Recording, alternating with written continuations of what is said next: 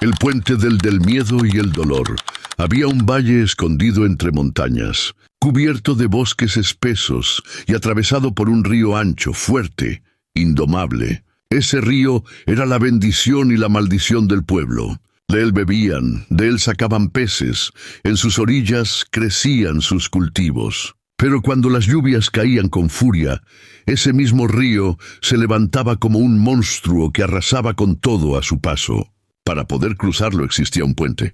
Era un puente antiguo, de madera oscura, colgado por cuerdas que parecían demasiado frágiles para sostener tanto peso.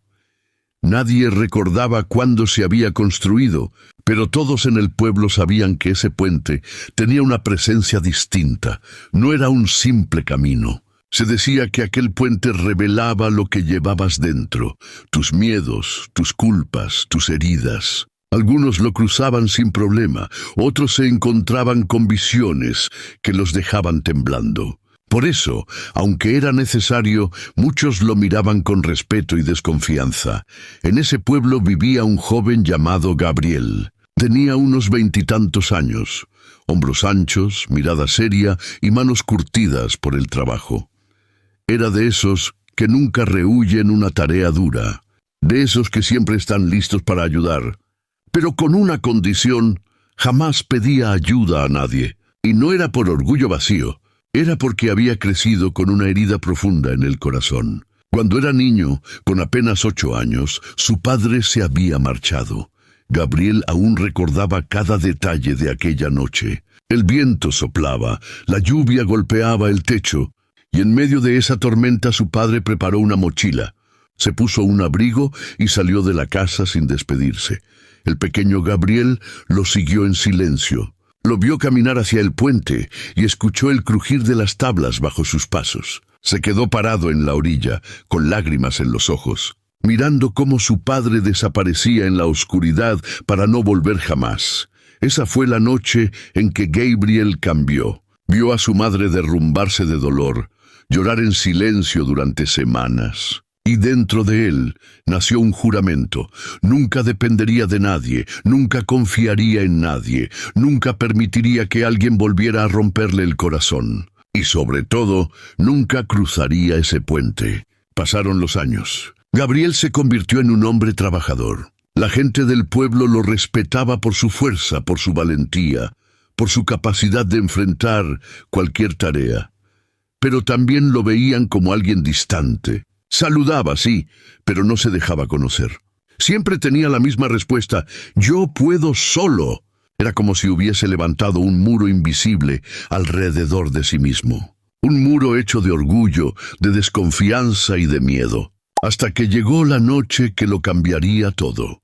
Gabriel, un hombre trabajador. La gente del pueblo lo respetaba por su fuerza, por su valentía, por su capacidad de enfrentar cualquier tarea. De unos 28, piel clara y de buen aspecto físico, de repente vio cómo el cielo se oscureció con una tormenta brutal. El viento rugía como un animal salvaje. La lluvia caía con tanta fuerza que apenas se podía ver a unos metros. El río creció con furia, levantando olas que golpeaban las orillas y arrastraban árboles enteros.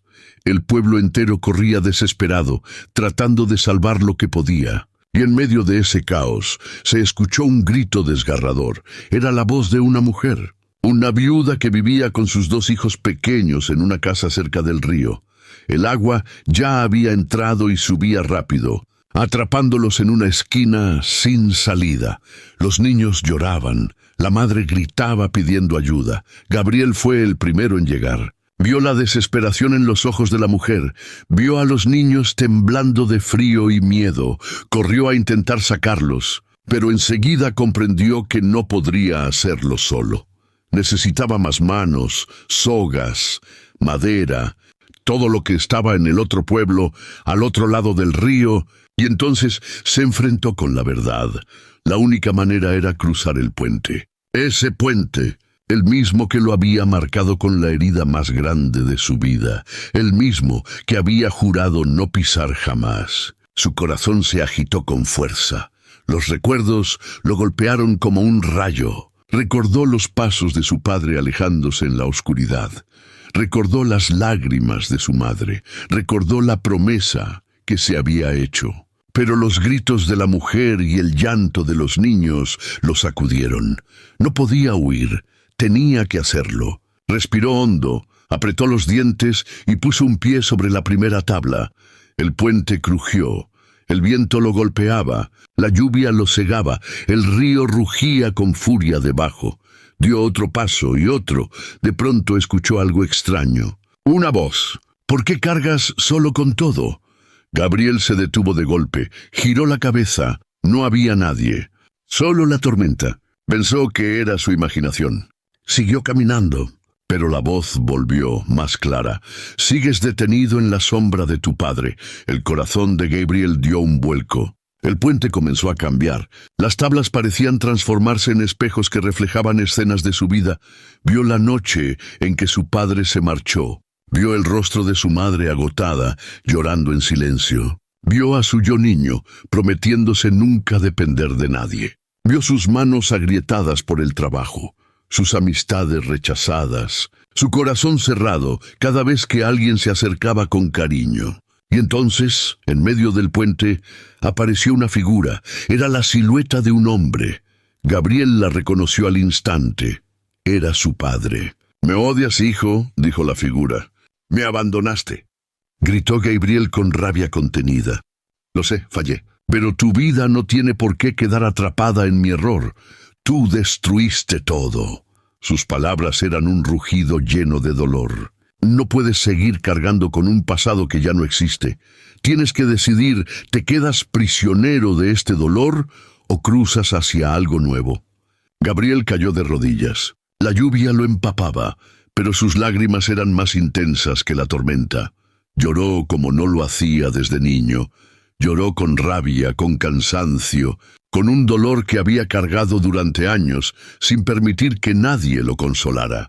En ese momento escuchó otra voz, la voz real, desesperada de la mujer. «Por favor, ayúdanos, mis hijos». Ese grito lo sacudió. Miró al frente, respiró hondo, se levantó, dio un paso más, y entonces las visiones desaparecieron. El puente volvió a ser madera mojada.